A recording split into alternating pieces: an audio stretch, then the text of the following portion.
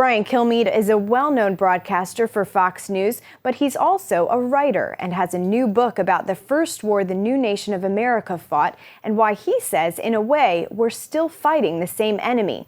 Our Paul Strand sat down with him for an exclusive interview. This is Paul Strand. I'm here with Brian Kilmeade today from Fox News, but also an author, and his latest book is Thomas Jefferson and the Tripoli Pirates. Very interesting phase in American history that we had trouble right at the start of the nation with the Barbary Pirates, right? The guys along in Algeria and Morocco and Tunis. Yeah, exactly, Paul. I mean, what I was staggered to find out is that we had a war on terror before our current war on terror. Mm-hmm. And it wasn't just, it isn't Bush's fault, Clinton's fault, or Obama's fault. It was essentially a fight that never ended. Mm-hmm. And essentially, we're not even a year old. We don't have a standing army. We don't even have a president. We have Articles of Confederation. We're still constructing the Constitution. And Washington was 6 years from taking office. So we have an issue that needs to be attended to. And our merchant ships, in a desperate attempt to get our economy on its feet and pay off our war debt like good Americans want us to do, by working our way through it, we found that our crews were being captured, our civilian vessels were being taken, the cargo was being plundered, and our guys were not only in prison, they were enslaved. John Adams is located as the, now we call him ambassador, then consular over in London. And he says, I got the ambassador of Tripoli down the block. Why don't I just find out if he wants to talk to us? And sure enough, he does, because he wants to cut a deal. And then he summons his buddy Thomas Jefferson from France, and together they go and talk. And they say, listen, let's cut a deal. We don't have a problem with you.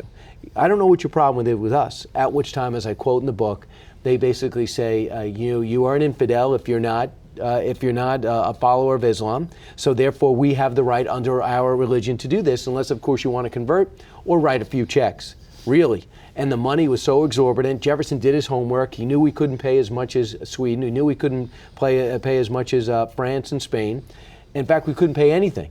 But in the end, he recommended, after hearing this, the threat and the fact that we had to get our commerce going, Adams walked out of there both angered and startled, saying, listen, I saw these guys. We cannot fight them unless we want to fight them forever, which is true. Jefferson walked out and go, you might be right. But whatever we pay, they're going to ask for more, and our safety is only going to be temporary. So we wrote the checks.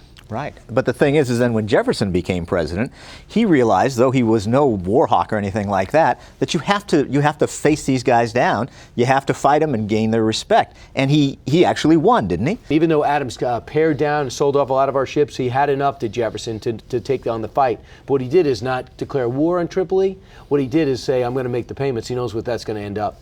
They said, okay, you're not making the payments, we're fighting. And they were the first foreign power to declare war on America. Right.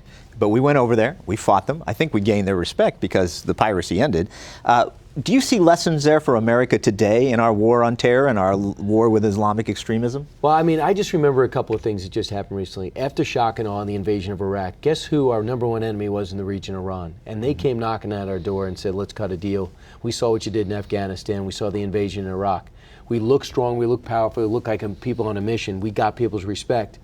When the occupation didn't work and the plan wasn't good, and then Iran saw weakness and they jumped in. Now the Iranians aren't part of this, but it's the Islamic extremist attitude is what we got to handle. Not Muslims. Muslims were more oppressed by these ruthless leaders than anybody else. They suffered the wrath and the horrible deaths and torture like you can only imagine. And sadly, we're getting to see it up close.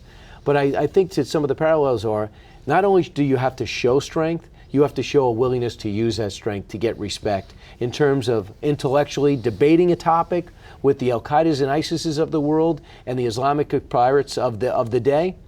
It's not going to happen. Sadly, we can't project our values and ethics on this group of enemies of America. Well, Brian, very interesting stuff, and you can read all about it in Brian's book, Thomas Jefferson and the Tripoli Pirates.